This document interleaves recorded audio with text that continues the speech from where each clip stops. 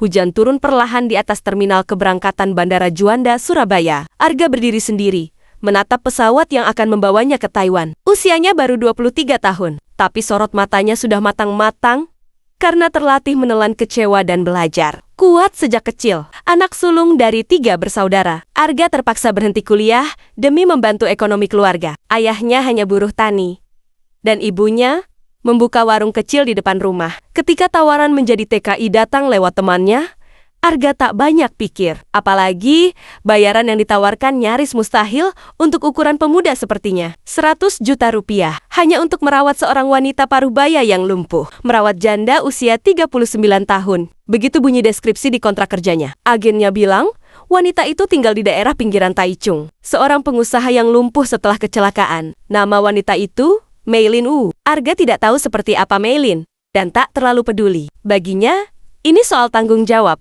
Bukan cinta, bukan mimpi. Dia hanya ingin membangun rumah untuk orang tuanya, menyekolahkan adiknya, dan kelak kembali ke kampung tanpa rasa malu. Setelah menempuh penerbangan panjang dan transit, Arga akhirnya menginjakan kaki di Taiwan. Udara di sana dingin, menusuk kulit, berbeda jauh dari kampungnya yang hangat. Rumah tempat dia akan bekerja berdiri megah dan sepi. Bergaya minimalis modern, dikelilingi pagar tinggi. Pembantunya hanya satu, wanita tua yang jarang bicara. Saat Arga mengetuk pintu kamar majikannya, yang membuka bukan Meilin melainkan kursi, roda otomatis yang bergerak sendiri dari dalam ruangan. Dari balik jendela, seorang wanita duduk di kursi roda. Rambutnya tergerai rapi, matanya tajam menatap Arga. Ada aura dingin dan curiga di sorotnya. Usianya memang hampir 40, tapi wajahnya cantik, terawat, seperti wanita dari majalah mode. "Nama kamu siapa?" tanya Meilin. Suaranya berat dan berjarak. "Arga, saya dari Indonesia. Saya yang ditugaskan untuk merawat Anda." Meilin menatapnya dari kepala hingga kaki, lalu berkata datar, "Kamu terlalu muda dan terlalu lugu." Arga hanya tersenyum kecil. "Saya memang muda, tapi saya bisa diandalkan." Meilin tidak menjawab. Kursi rodanya berputar balik perlahan. Masuk ke dalam kamar, pintu ditutup otomatis. Hari pertama Arga di rumah itu berakhir tanpa sapaan hangat, tanpa bimbingan. Ia tidur di kamar kecil dekat dapur. Suasana asing dan sepi membuat malam terasa panjang. Tapi di balik semua itu, ia hanya menggenggam satu hal. Tekad. Ia tidak datang untuk dicintai. Ia datang untuk bekerja. Tapi hidup seringkali menyelipkan takdir di sela-sela harapan yang paling sederhana. Hari-hari pertama Arga di rumah Meilin berjalan seperti ujian tanpa akhir. Setiap pagi, ia bangun lebih awal dari siapapun. Menyapu teras, mengecek stok obat, memasak bubur sayur rendah garam, semua ia lakukan tanpa diminta. Tapi semua usahanya seperti dilempar ke jurang sunyi. Meilin nyaris tak pernah bicara. Ia hanya muncul dari kamarnya untuk makan atau fisioterapi ringan. Itu pun dalam diam. Sekali waktu, Arga mencoba menyapa, menawarkan bantuan, atau sekadar menanyakan kabar. "Apa kaki Anda terasa nyeri pagi ini, Nyonya Meilin?" Meilin hanya menatap, lalu memutar kursi rodanya pergi. Arga bukan orang yang cepat menyerah, tapi ia juga bukan manusia tanpa rasa. Sudah hampir 2 minggu ia di sana, dan belum sekalipun Meilin menyebut namanya. Bahkan ia mendengar wanita itu bicara dalam bahasa Mandarin kepada pengurus rumah, menyebutnya anak kecil Indonesia yang sok tahu. Tapi hari itu berbeda. Pagi itu Meilin tampak lebih lelah dari biasanya. Matanya sembab dan napasnya berat. Ia duduk di kursi roda di balkon lantai 2, menghadap taman belakang yang mulai menggugurkan daunnya. Arga, yang sejak awal memperhatikan, datang membawa secangkir teh hangat herbal. "Ini teh jahe, bisa bantu hangatkan tubuh," katanya pelan. Meilin menoleh, menatapnya dengan mata yang letih. Lalu, mengejutkan Arga, ia menerima cangkir itu. "Apa kamu tahu bagaimana rasanya bangun setiap hari tanpa tujuan?" Meilin bertanya lirih. Tidak seperti biasanya. Arga terdiam. Ia tahu ini bukan pertanyaan yang perlu jawaban. "Aku kehilangan suami dalam kecelakaan itu. Bersama kakiku, aku kehilangan setengah hidupku," lanjut Meilin. Matanya menerawang. "Kau tahu kenapa aku bayar mahal? Karena aku tak butuh perawat. Aku butuh seseorang untuk menyaksikan aku perlahan-lahan mati." Arga memegang napasnya. "Kalau begitu, saya bukan orang yang tepat," katanya. Lembut tapi mantap. "Saya bukan datang untuk melihat seseorang menyerah. Saya datang untuk membantu seseorang bangkit." Meilin mendengus. Kamu terlalu muda untuk bicara soal harapan. Mungkin, tapi hidup saya juga tak mudah, Nyonya. Dan saya tetap bangkit setiap pagi. Hening menggantung di antara mereka. Lalu Meilin berkata, setengah menantang, setengah meremehkan. Kalau begitu, kita lihat. Berapa lama kamu bisa bertahan? Hari itu, entah mengapa, Meilin tidak memutar kursi rodanya, meninggalkan Arga seperti biasanya. Ia tetap duduk di balkon, menyesap teh jahe buatan pemuda itu. Tak ada senyum, tak ada sapaan, tapi juga tak ada penolakan. Dan untuk Arga, itu sudah cukup sebagai awal. Minggu ketiga menjadi titik di mana diam mulai terdengar lebih manusiawi. Meilin masih menjaga jarak, tapi ia tidak lagi membekukan suasana dengan sikap dingin. Arga mulai diperbolehkan membantunya mandi. Meski dengan batasan yang ketat dan tanpa banyak bicara, kadang-kadang Meilin menyuruhnya membaca surat kabar dengan suara keras, agar rumah tidak terlalu sunyi. Jangan baca cepat-cepat, kamu terburu-buru. Seperti anak kecil, itu kalimat pertama Meilin yang terdengar seperti perhatian. Arga hanya tersenyum. Ia terbiasa dimarahi. Tapi ini berbeda. Nada Meilin kini mengandung sesuatu yang baru. Suatu sore, saat hujan tipis menggantung di langit Taichung, Meilin meminta Arga menemaninya di ruang musik. Ruangan itu tertutup sejak hari pertama Arga datang. Di sana ada grand piano putih, terawat. Meskipun debu tipis masih menempel di sudut-sudutnya. Suami saya biasa bermain di sini. Ia pianis klasik, kata Meilin pelan. Setelah dia pergi, saya kunci ruangan ini. Tapi entah kenapa, hari ini saya ingin mendengarnya lagi. Anda bisa main? Tanya Arga, setengah ragu. Sedikit. Dengan susah payah, Meilin menggeser tubuhnya dari kursi roda ke bangku piano. Dibantu Arga, jari gerinya gemetar. Tapi saat tuts pertama disentuh, ruangan itu dipenuhi melodi yang begitu hidup, sederhana, pelan, tapi penuh rasa kehilangan. Arga berdiri di belakang, menatap punggung Meilin yang membungkuk tipis. Musik itu seperti cerita yang tak bisa diucapkan dengan kata-kata. Dan saat satu nada vals terdengar, Meilin mendadak berhenti, menunduk dalam diam. Aku tak bisa lagi menyelesaikan lagu ini, bisiknya. Frustrasi, tanpa berpikir panjang, Arga duduk di sebelahnya, mengambil alih beberapa tut. Ia tidak jago main piano, tapi pernah belajar dasar di sekolah. Tangannya pelan, menyambung melodi yang tertunda. Tak sempurna, tapi cukup untuk membawa Meilin kembali. Meilin menoleh. Untuk pertama kalinya, ada binar lembut di matanya. Kamu, bodoh juga, ya? Ucapnya setengah geli. Arga tertawa kecil. Bodoh, tapi berguna. Detik itu, bukan musik yang mengalun, tapi sesuatu yang jauh lebih senyap dan tajam. Rasa yang perlahan lehen muncul dari sisa luka. Arga belum tahu apakah itu simpati, iba, atau mungkin awal dari cinta. Tapi satu hal pasti, Meilin mulai melihatnya sebagai manusia, bukan sekadar pekerja. Dan itu bagi Arga adalah kemenangan kecil yang tak bisa dibeli dengan uang.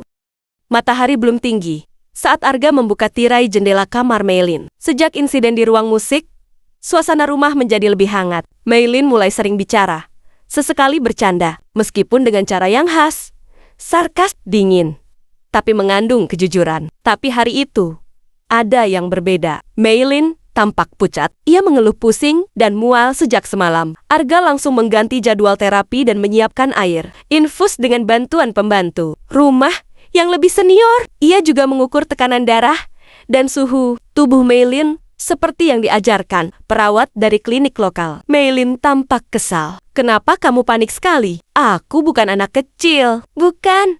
Tapi kamu juga bukan robot. Kamu sakit, jawab Arga tegas, tanpa senyum. Untuk pertama kalinya, nada Arga terdengar marah. Meilin diam. Ia tidak biasa dimarahi terlebih oleh seseorang yang biasanya bicara dengan hormat dan rendah hati. Tapi entah mengapa, nada Arga justru membuatnya merasa dilindungi. Beberapa jam kemudian, suhu tubuh Meilin naik drastis. Ia mulai menggigil dan kesadarannya menurun. Tanpa pikir panjang, Arga menggendong tubuh Meilin yang lemah ke dalam mobil, mengemudi sendiri ke rumah sakit terdekat. Ia menolak menunggu ambulans yang terlalu lama. Sampai di UGD, Arga bolak-balik menjawab pertanyaan dokter dan menerjemahkan data medis. Setelah penanganan darurat, Meilin dinyatakan mengalami infeksi saluran kemih yang cukup parah, komplikasi umum pada penderita yang duduk terlalu lama di kursi roda. Malam itu, Arga duduk di kursi tunggu, memegang tangan Meilin yang lemah. Ruang rawat terasa sunyi.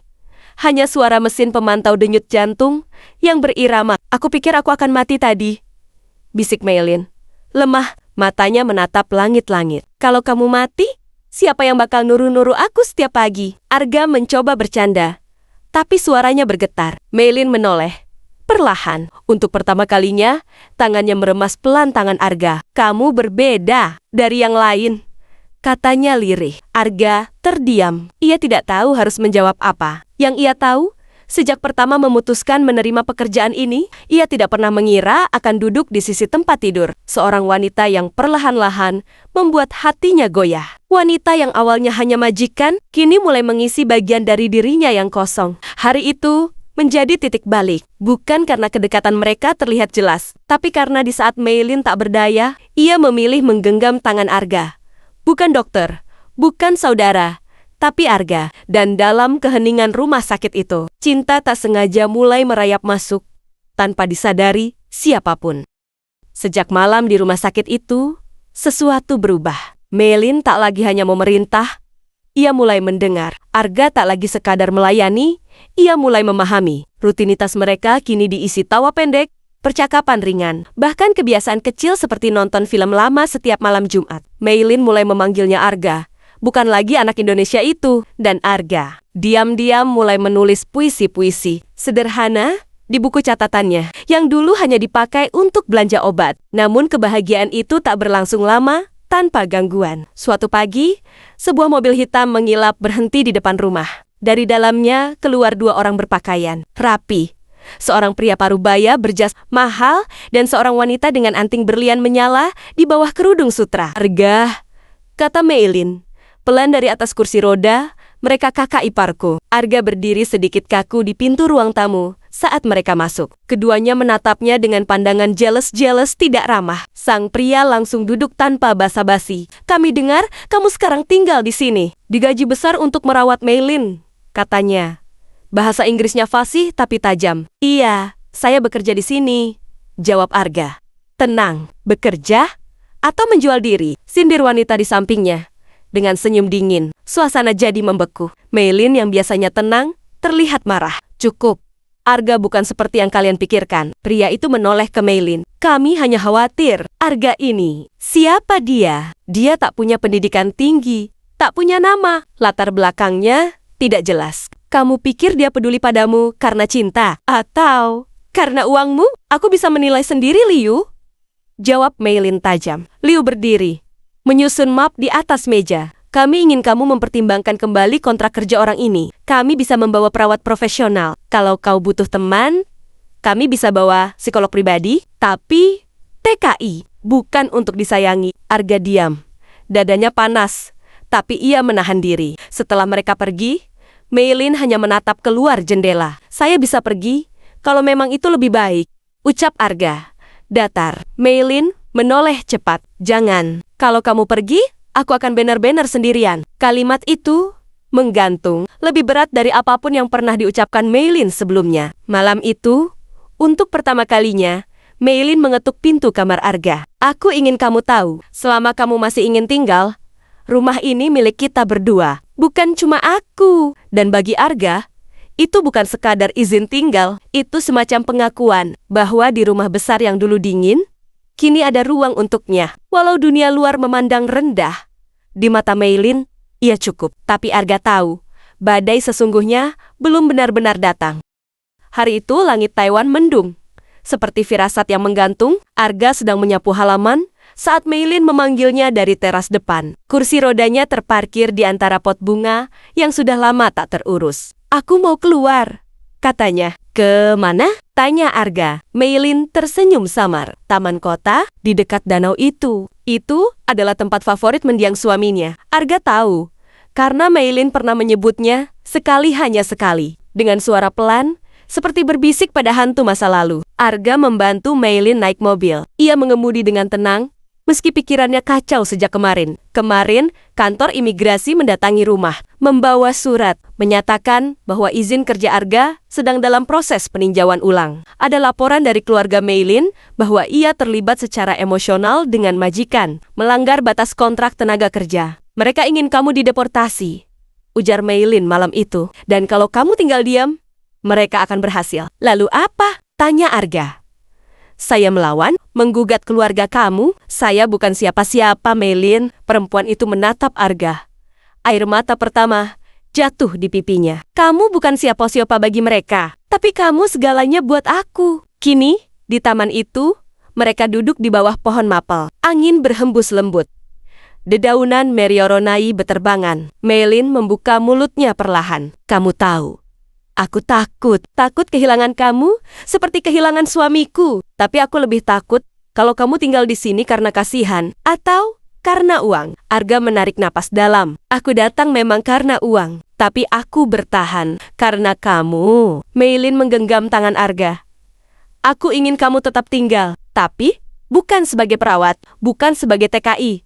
Aku ingin kamu di sisiku, sebagai pasangan. Tapi, aku juga tahu, itu berat. Dunia tidak akan ramah pada kita. Arga menunduk. Hatinya terhimpit antara cinta dan kenyataan. Ia ingin bersama Meilin. Tapi perbedaan usia, budaya, status, dan tekanan sosial tak bisa diabaikan. Ia bukan pria kota. Ia tak punya nama. Cintanya bukan sesuatu yang bisa dilindungi oleh hukum atau kekuasaan. Dan pada akhirnya, malam itu, di dalam mobil saat mereka pulang, Arga membuat keputusan. Aku akan kembali ke Indonesia, Meilin. Meilin menoleh cepat.